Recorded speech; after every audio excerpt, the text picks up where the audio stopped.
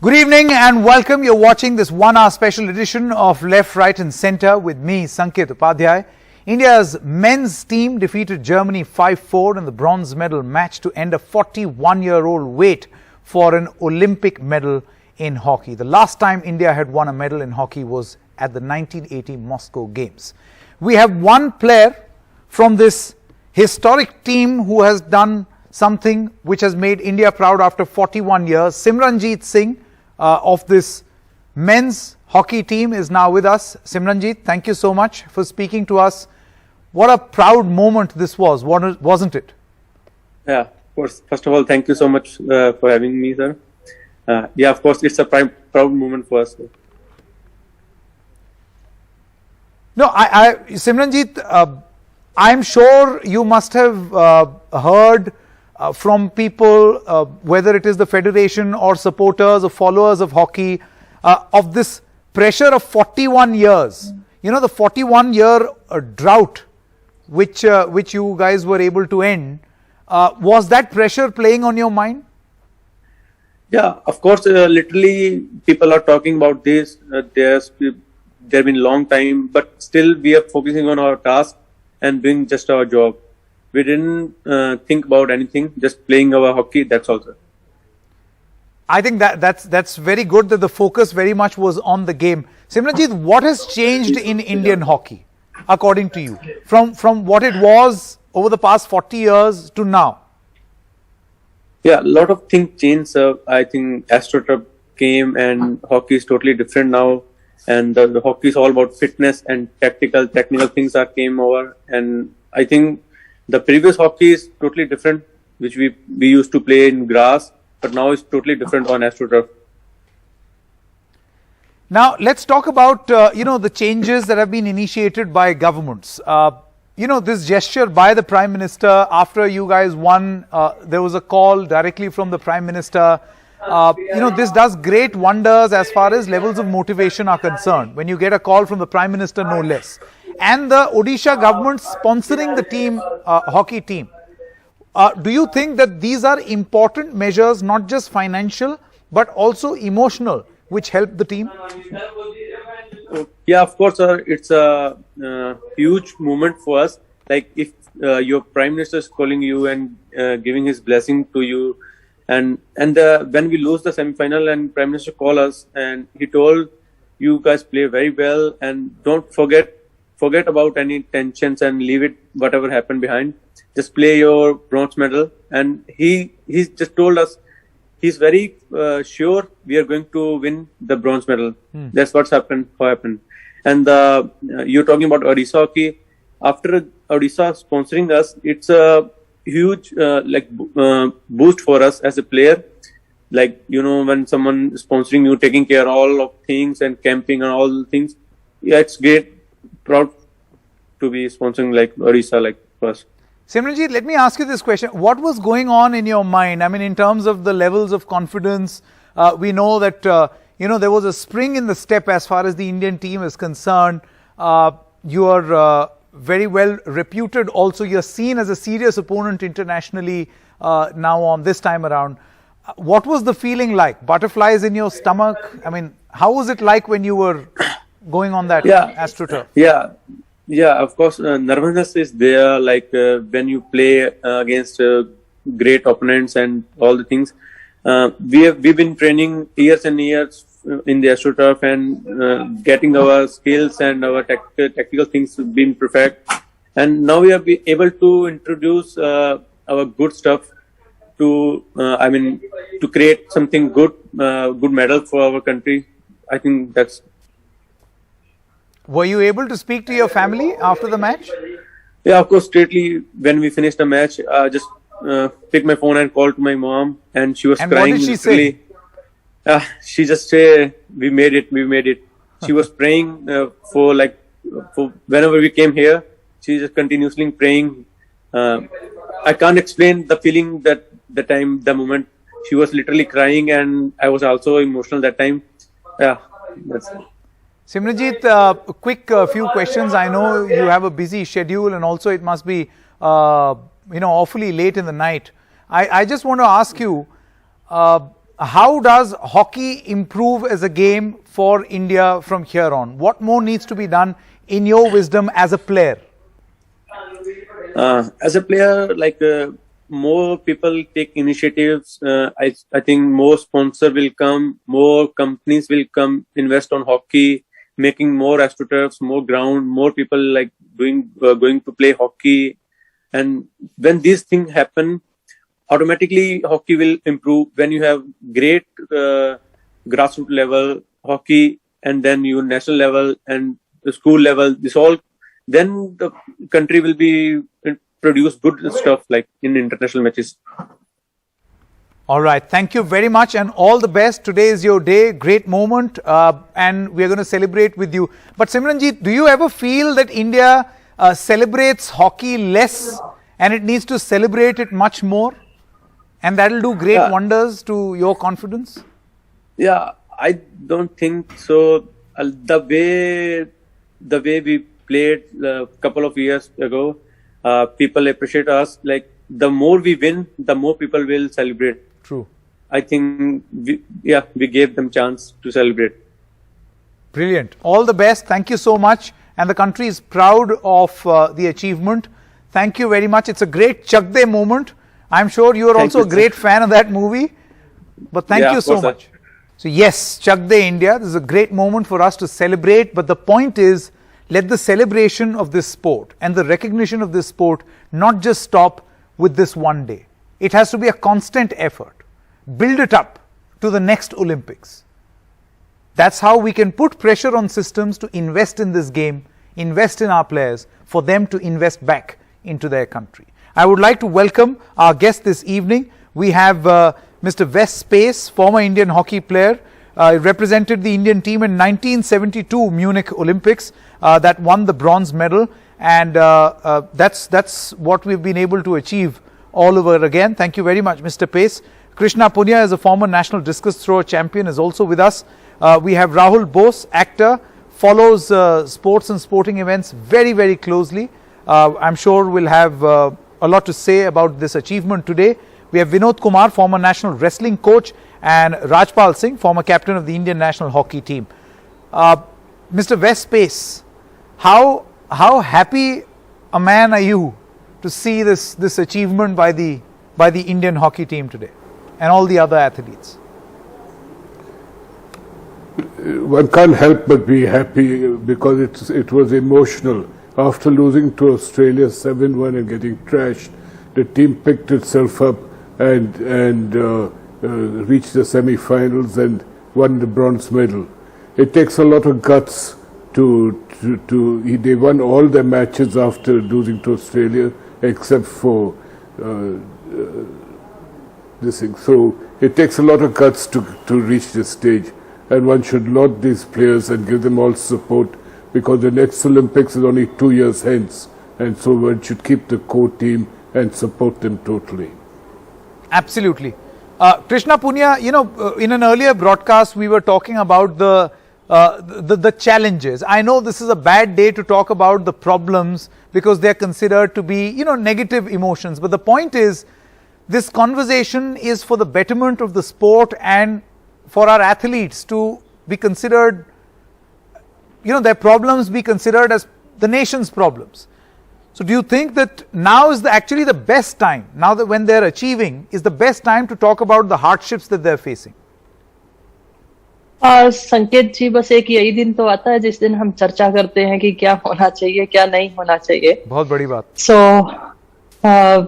मैं अप्रिशिएट करती हूँ कि हमें चर्चा करनी चाहिए और 4 साल में एक बार नहीं, हमें बार बार करते रहना चाहिए. और मैं ये कहना चाहूंगी कि सामान्य बात नहीं है मेडल जीतना, बहुत बड़ी बात है. बिना किसी फैसिलिटीज के, बिना इंफ्रास्ट्रक्चर के, इतने कोचेज हमारे पास नहीं है, इतनी फैसिलिटीज नहीं है, स्पॉन्सर्स नहीं है, बड़े कंपटीशन नहीं है इंटरनेशनल लेवल के एथलीट्स के लिए. तो इस तरीके की ये सामान्य बात नहीं है. और मैं सल्यूट करती हूँ उन खिलाड़ियों को जिन्होंने इस देश के तिरंगे का मान रखा है, राष्ट्रगान बजवाया है जिन्होंने. तो अगर हमें कुछ करना है तो एक बात तो हमें निश्चित करनी होगी कि हर बच्चा स्पोर्ट्स करे. मैं देखती हूँ कि जब भी कोई भी Olympic, Commonwealth game Asian game आते हैं और जब कोई एथलीट अपनी परफॉर्म अच्छे से नहीं कर पाता तो वो व्यक्ति जो स्पोर्ट्स के बारे में कुछ भी नहीं जानता वो भी जज बन के बैठ जाता है और जो अपने बच्चों के लिए कभी भी वो स्पोर्ट्स का फील्ड नहीं चुनना चाहता, वो डॉक्टर बनाना चाहता है, सिविल सर्विसेज में ले जाना चाहता है, इंजीनियर बनाना चाहता है, लेकिन जब ओलंपिक में या एशियन गेम कॉमनवेल्थ में जब हमारा कोई एथलीट अच्छे से परफॉर्म नहीं कर पाता या वो समझता भी नहीं अच्छे से परफॉर्म कर दिया और मेडल के नजदीक नहीं आए तो वो इतना अच्छा जज बन जाता है पर कि वही सब कुछ रूल जानता है स्पोर्ट्स के बारे में, उसे नहीं मालूम होता कि उस एथलीट की कितनी सारी उसे संवेदनाओं के साथ, कमियों के साथ, कितने प्रेशर के साथ उसने 4 साल तक तैयारियां की होगी और जब जाके उसने इस ग्लोरी को प्राप्त किया होगा। तो निश्चित तौर पर अगर हम सोचते हैं कि हमें भी अमेरिका के साथ, चाइना के साथ टक्कर देनी है तो पार्टिसिपेशन भी उतना ही होना चाहिए, तब जाकर कोई बात बन सकती है। इंफ्रास्ट्रक्चर, प्राइवेट फंड, ये सारी चीजें तो हैं ही। Absolutely. Rahul Bose, I want to come to you now. You've heard what former athletes have to say. They're running, institutes, training and preparing new athletes. What comes to your mind on this crucial question of us building an ecosystem for these sports stars to sprout and grow in this country, for them to be celebrated at least? When you introduced me, I thought I was on this panel because I played for India for 11 years, but clearly that is something unknown to NDTV. And that now I'm a board member of the Indian Rugby Federation, responsible for getting sponsorships and creating an ecosystem around the players in terms of money and support. So I think I would be putting that hat on and answering this question. Sure. Today there was an kind of a mocking or kind of an attack on a player with the accusation that these are lower caste players and these players have caused the women to lose in the semi-finals. If that report is accurate, it's emblematic of how we view sport in the majority, and that is, we view sport as a way to win. Of course you should win at sport, of course you play to win. We view sport as a way to get medals. So it's all about gold, silver and bronze. Whereas if you look carefully, and I've said this before, at the entire culture around sport in this country, it is feudal. So if you have right on top a doctor, engineer, and you come down to an MBA and etc., the last thing parents say is, if you do well in your exams, you can go and play.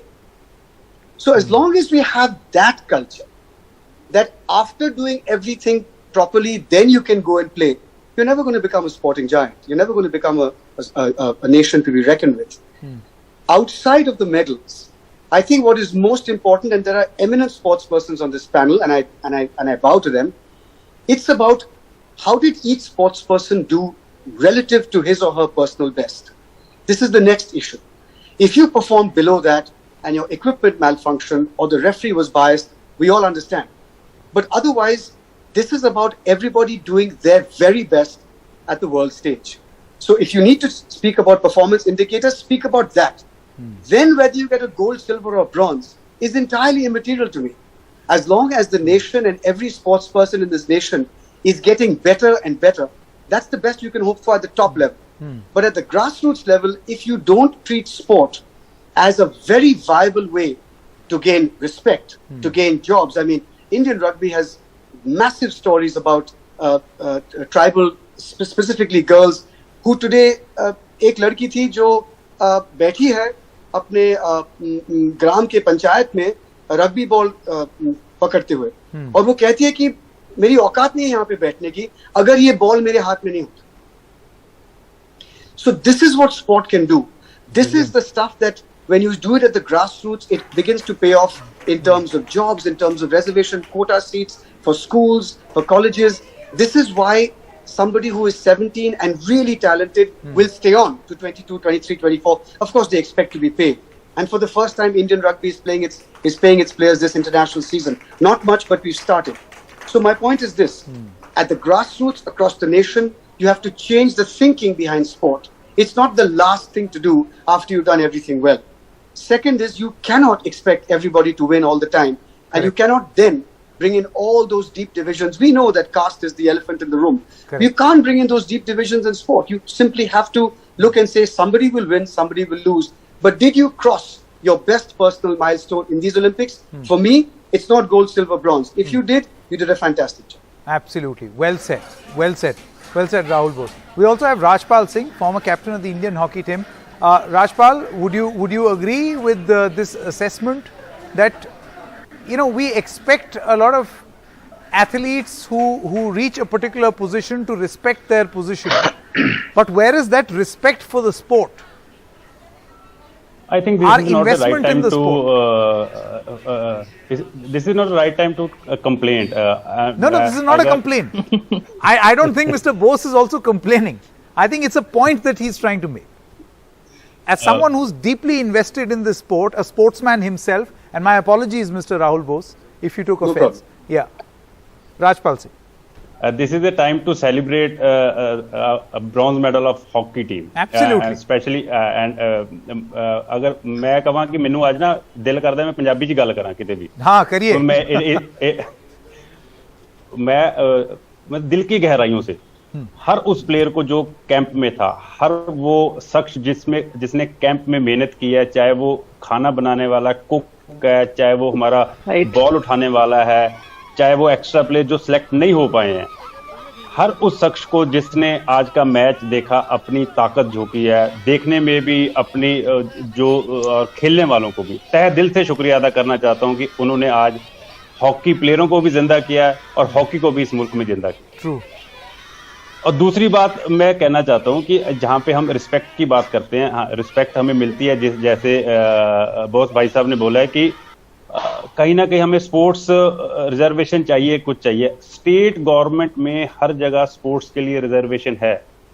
अगर मैं बात करूं पंजाब के हर player को आप जो भी medal लेके आएंगे उनको जॉब मिलेगी, क्लास 1 जॉब. मैं हमेशा मेरे जहन में हमेशा क्वेश्चन रहता है कि यूपीएससी में स्पोर्ट्स पर्सन के लिए कोटा ही नहीं है. हम बात करते हैं कि हमारे स्पोर्ट्स पर्सन ओलंपिक से मेडल लेके आए, हम उन्हें कैश अवार्ड दें. यूपीएससी में क्यों हमारे स्पोर्ट्स पर्सन के लिए कोई जॉब नहीं देता है? तो ये एक रिस्पेक्ट की बात है, जॉब की बात नहीं. सब प्लेयर्स के पास जॉब है, जितने भी ओलंपिक में पार्टिसिपेट करते हैं, मेडल लेके आते हैं, सबके पास जॉब रहती है. लेकिन सेंट्रल गवर्नमेंट की भी रिस्पॉन्सिबिलिटी बनती है कि उनको कैश अवार्ड के साथ साथ एक रिस्पेक्ट दी जाए. जो रिस्पेक्ट है वो जॉब है, जो एक ओहदा मिलेगा और एक जो रैंक मिलेगा कहीं पे, वो रिस्पेक्ट है. कैश अवार्ड तो एक पॉलिसी है, कैश अवार्ड आप जीत के आते हो, आपको मिलता है, लेकिन एक रिस्पेक्ट भी चाहिए. सेंट्रल गवर्नमेंट को ये पॉलिसी में अमेंडमेंट करनी चाहिए. Okay, Vinod Kumar is also with us, former national wrestling coach. Vinod Kumarji, you know, I want to ask you this question. You've got, of course, the big sport of sports in this country, cricket. Then hockey is being celebrated. There are the investments happening in other sports also. You've got private leagues coming in. And then there are other sporting events. People do invest in them. But you do see that, you know, it's by the time this investment, emotional, mental as well as financial, reaches these sports, it's very little. बहुत कम होता है वो investment. शायद वो और ज्यादा हो तो और ज्यादा मेडल्स हैं. बिल्कुल ठीक कहा. रेसलिंग के अंदर ये जो चीज आप कह रहे हैं क्रिकेट में होता है, हॉकी में तो आप मालूम है चाहे टीम गेम होता है. तो रेसलिंग में ऐसे बहुत जो हमारे प्लेयर होते हैं, जो पहलवान होते हैं, ज्यादा अमीर नहीं, अच्छे घर से नहीं होते, बेचारे किसानों के बच्चे होते हैं. और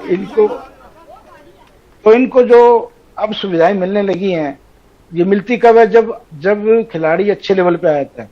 उससे पहले ये अपने इनके घर वाले बेचारे अपनी जमीन बेचते हैं या कुछ खेती का कुछ हिस्सा बेच करके इनको जिसको शौक होता है भाई मुझे रेसलिंग कुश्ती करनी है, तो घर वाले उनके दूध और घी उनको अपनी जमीन बेच के उनको देते हैं उनको. तो और गेमों में तो खैर ऐसा नहीं होता. रेसलिंग में इस तरह बहुत ज्यादा होता है कि बहुत गरीब परिवार से तकरीबन आप किसी की भी हिस्ट्री उठाएंगे आप तो उनके यहाँ बहुत दिक्कत होती है. और ये कंपनियां ये जो चीजें बाद में जब आती हैं, जब वो इस लेवल पर खिलाड़ी बन जाता है, उससे पहले उसको ये नहीं देखता भी है, इससे पहले ये इसका कैसे स्कूल लेवल पे होता है तो उसको शूज भी नहीं होते जब वो रनिंग करता है, या रेसलिंग मैट नहीं होते उनके पास, कॉस्ट्यूम नहीं होती उनके पास. तो ये चीजें बहुत चीजें ऐसी हैं जो अगर आप इनके बैकग्राउंड देखें, बेचारों के पहलवानों के सब गरीब परिवार से होते हैं, तो इनको कोई उस टाइम कोई नहीं पूछता इनको पहले. Which is why while we are celebrating today, we must also celebrate the achievements of these families, not just those who have won silver and bronze, but for all those who are part of this contingent. There was an entire system which worked behind preparing these athletes, from their coaching institutes to even their family members, as being pointed out by Mr. Vinod Kumar. I'll have to stop for a short break at this moment. Ms. Punya, I'm going to come back to you and Mr. Pace also in just a short moment. We're stopping for a short break. Vimal is also now with us. Vimal just got us this interview with Simranjeet Singh. We're expecting to speak to more of the Indian hockey team players who have done India proud in Tokyo. Back in a moment.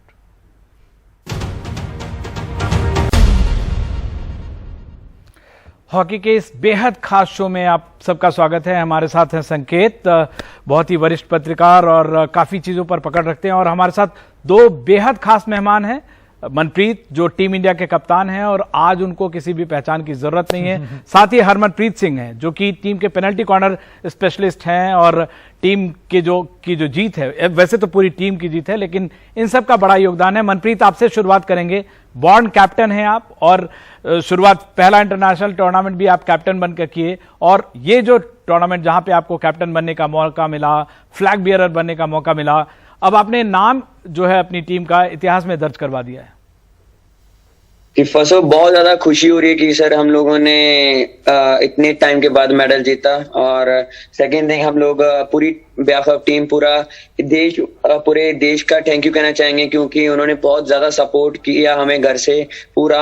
मुझे अभी तक सबसे calling में phone आ रहे हैं, मुझे बोल रहे हैं कि हम लोगों ने सुबह से ही सभी लोगों ने टीवी ऑन करके हमें सपोर्ट किया, विशेष की हमारे लिए, कितने लोगों ने हमारे लिए प्रे भी की होंगे। तो मैं सभी को थैंक यू कहना चाहूंगा। और जो आज का जो मूवमेंट था वो बहुत ज्यादा बहुत अच्छा मूवमेंट था। हम लोग बहुत ज्यादा खुश हैं कि हम लोगों ने इतने टाइम के बाद मेडल जीता।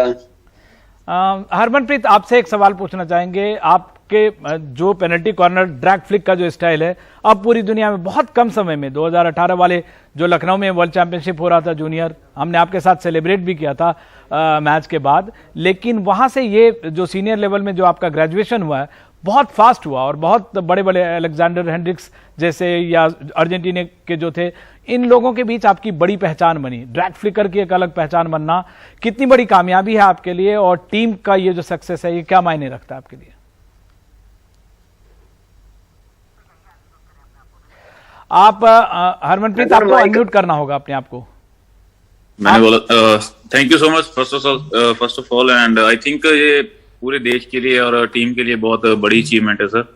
एंड जूनियर से स्टार्ट हुआ सर अच्छा कैरियर, एंड आई थिंक जो मैं सबका थैंक्स करना चाहूंगा मेरे टीममेट्स का, कि जो मेरे पे इतना बिलीव करते हैं एंड मेरे को मोटिवेट करते हैं, और जब भी प्रैक्टिस होती है, और जो गोलकीपर हैं हमारे सीनियर हैं, मनप्रीत हो गए, एंड ये काफी हमें मोटिवेट करते हैं, क्योंकि जूनियर से हमें इनको देख के ऊपर आए हैं। एंड जैसे रुपिंदर पाल पाजी हैं, उनको देख के हम ऊपर आए हैं, एंड आई थिंक इन्होंने फर्स्ट डे से हमें बहुत सपोर्ट किया है। तो वो बहुत मायने रखता है कि जूनियर प्लेयर कोई ऊपर आ रहा है और आपको सीनियर अच्छे से गाइड कर रहे हैं, तो आई थिंक वो आपका जो बेस्ट है आप उससे ज्यादा अच्छा करते हो। एक सवाल मैं आपसे, I want to ask you this question Manpreet. We by the way spoke to your mother also, और आपकी माताजी इतनी भावुक हो गई, she was so emotional that she broke down. मैं आपसे ये पूछना चाहता हूं, ये जो 41 साल का सूखा जो था हॉकी में, this 41-year-old drought, did this ever play on your mind that you have a burden of expectation of 41 years? 41 साल का एक उम्मीद का बोझ आपके ऊपर है। एक्चुअली ऐसा कोई बर्डन नहीं था पूरी टीम के ऊपर, मैं अपने ऊपर नहीं कहूंगा, पूरी टीम के ऊपर ऐसा कोई बर्डन नहीं था। एक्चुअली अगर हॉकी का देखा जाए तो बहुत रिच हिस्ट्री है, तो हम लोग उसको बहुत प्राउडली एक्सेप्ट करते हैं कि हाँ, कि हम लोग बहुत लकी मानते हैं कि हम लोगों ने वही स्पोर्ट्स चूज किया जो कि इतना रिच है, इतना ओलंपिक्स मेडल्स आए हैं। और इस पर भी एक्चुअली जो टीम ने हार्डवर्क किया था लास्ट 15 मंथ, जो हम लोग बेंगलोर में इतना हार्डवर्क किया, वहां पे क्वारंटीन की वजह से हम लोग लॉकडाउन के वहां पे 4-4 5-5 महीने वहां पे कैंप के अंदर रहे, फैमिली से दूर रहे। आई थिंक कि उसकी वजह से इतना जो हार्डवर्क किया उसकी वजह से ये फाइनली अचीव कर पाए। और प्रेशर ऐसा नहीं था, पर पूरा जितने भी प्लेयर थे उन्होंने सभी ने एंजॉय किया। और यही था कि हाँ, कि हमारा एक एम सेट था जब हम लोग यहाँ पे आए थे, तो हम लोगों ने सेट किया था कि हम लोग पोडियम पे फिनिश करेंगे। तो बट वही कि हम लोगों ने ब्रॉन्ज मेडल आया, तो वो बहुत एक बड़ी बात है हमारे लिए, बहुत ज्यादा खुशी वाली बात है। और आई थिंक कि आफ्टर 41 ईयर्स कि हम लोगों ने हिस्ट्री क्रिएट किया, कि हमारे लिए एक बहुत प्राउड वाली मोमेंट है। हरमनप्रीत, आपसे सवाल पूछना चाहूंगा। आप हरेंद्र सिंह, कोच हरेंद्र सिंह के लाडले हैं। आज मेरी अमेरिका में उनसे बातचीत हुई और वो रो रहे थे, और वो उन्होंने कई बार, आप लोग सब, मनप्रीत भी उनकी कोच जब वो थे, आप उनके अंडर भी खेल चुके हैं, पूरी टीम को वो बहुत अच्छे से जानते हैं। हरमनप्रीत, उनके लिए क्या कहना चाहेंगे? वो काफ़ी आपको ब्लेसिंग्स भी दे रहे थे, और आपको याद होगा जूनियर वर्ल्ड कप के दौरान से ही वो कह रहे थे कि ये लड़का बहुत अच्छा जाएगा, वन ऑफ द बेस्ट रहेगा इंडिया का ड्रैग फिकर के तौर पे।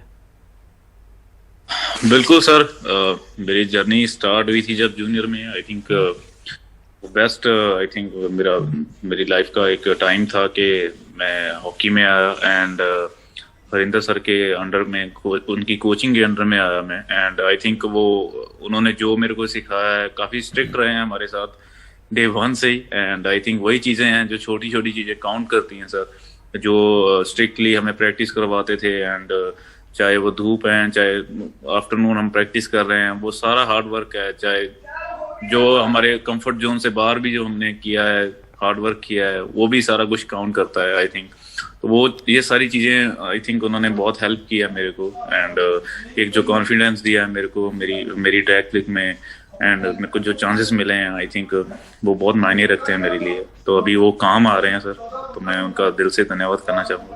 You know, Manpreet, I wanted to ask you this question. What, according to you, has changed in the Indian hockey team, say, over the last decade? I know, I mean, you would only want to speak about your game, but what is it that you see physically changing in the way the sport is being treated and played in India? Manpreet, I think you're on mute. Yes, sorry. I think now there's a belief in this team that we can do whatever we want to do. Like if we can beat any team, so that's a belief in this team. So that's what I think it's motivate them, and they always never give up. If you saw today's match, we were 3-1 down, and none of any player want to give up. Everyone was giving their best. Even I was sitting outside when I got substitution. I was out. Even the junior players come to me and they've been motivating me that, Pari, like, we have to do well. We have to give 100% today, because today is the 60 minute only we have. We can do this. We can beat Germany even we are 3-1 down. So I think that was the key in this team that changed from the decade until now. Manpreet, एक सवाल honestly बताना, आप 2008 में आए थे जब qualify नहीं की थी टीम, 2012 में आपने शायद खेला, 2016 और 2020। 2012 में हम 12वें नंबर पे रहे, 16 में हम बहुत, आपने देखा क्वार्टर फाइनल में आपके ऊपर कितना लोड पड़ गया था, गुरबाज नहीं थे। तो यहाँ कब आपने सोचा कि आपको, टीम को कब लगा कि हम मेडल की रेस में हैं? एक्चुअली हम लोग ओलंपिक से आने से पहले ही हम लोग माइंड सेट करके आए थे कि हम लोग को पोडियम फिनिश करना है, क्योंकि हम लोगों ने जब टीम सिलेक्ट हुई उसके बाद यही बात किया कि हम लोगों ने बहुत हार्डवर्क किया है, फिटनेस लेवल भी हमारा बहुत ज्यादा अच्छा है, और हम लोगों ने ऑलरेडी लास्ट 2019 में भी हम लोगों ने अच्छी टीमों को बीट किया है। तो इस बार हमारा चांस है कि हम लोग पोडियम पे फिनिश कर सकते हैं। तो इसीलिए जब हम लोग ओलंपिक आने से पहले ही हम लोगों का जो माइंड सेट था यही था कि हम लोग को पोडियम फिनिश करना है इस बार। बट हमारी टीम में एक ट्रिक है, मतलब उसको बोल सकते हैं कि zoom out zoom in.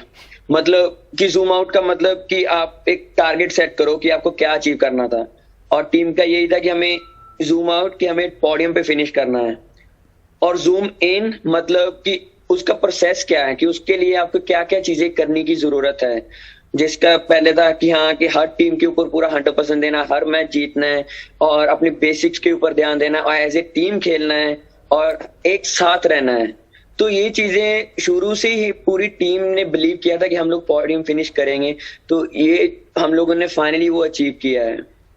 Harmanpreet, I wanted to ask you this question. When you talk about Indian sports, it is a story of 1,000 struggles, not just of the players but also their families. ये हजारों संघर्ष, सैकड़ों चुनौतियों से जूझते हुए, players and their family members, they endure this.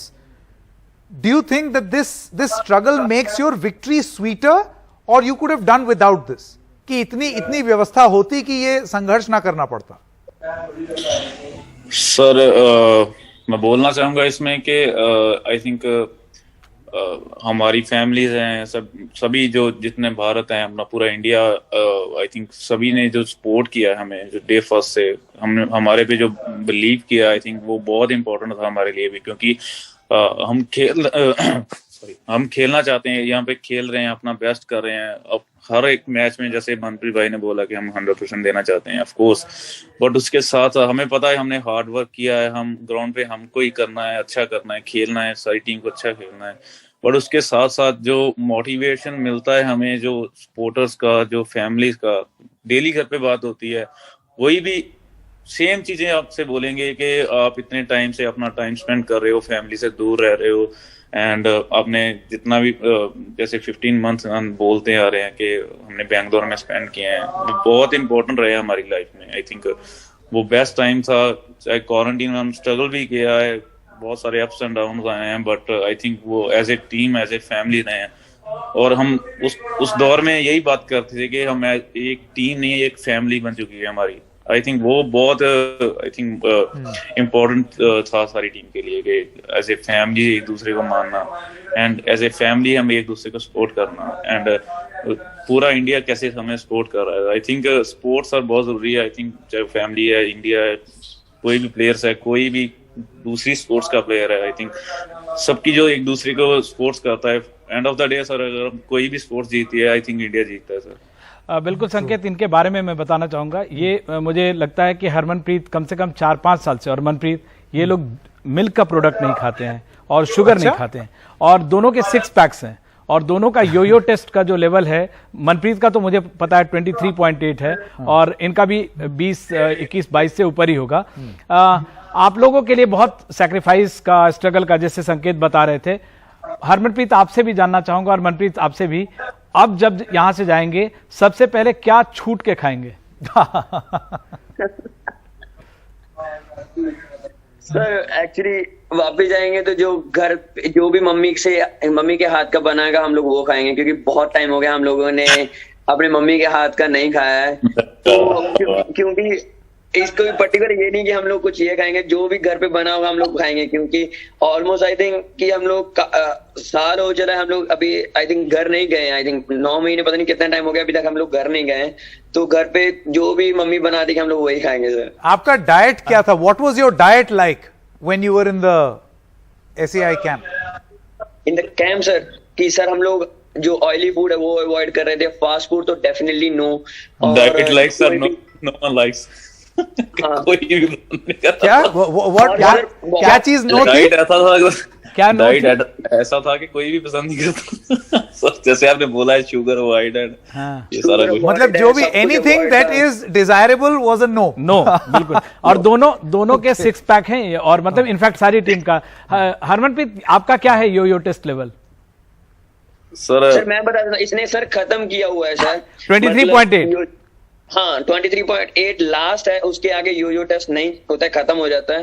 तो इसने वो किया हुआ है हम लोगों ने लास्ट कैंप में। I mean, for the people who don't know, you might want to tell us what this test is. Yoyo test 2008 में स्टार्ट हुआ था, उसके पहले बीप टेस्ट होता था।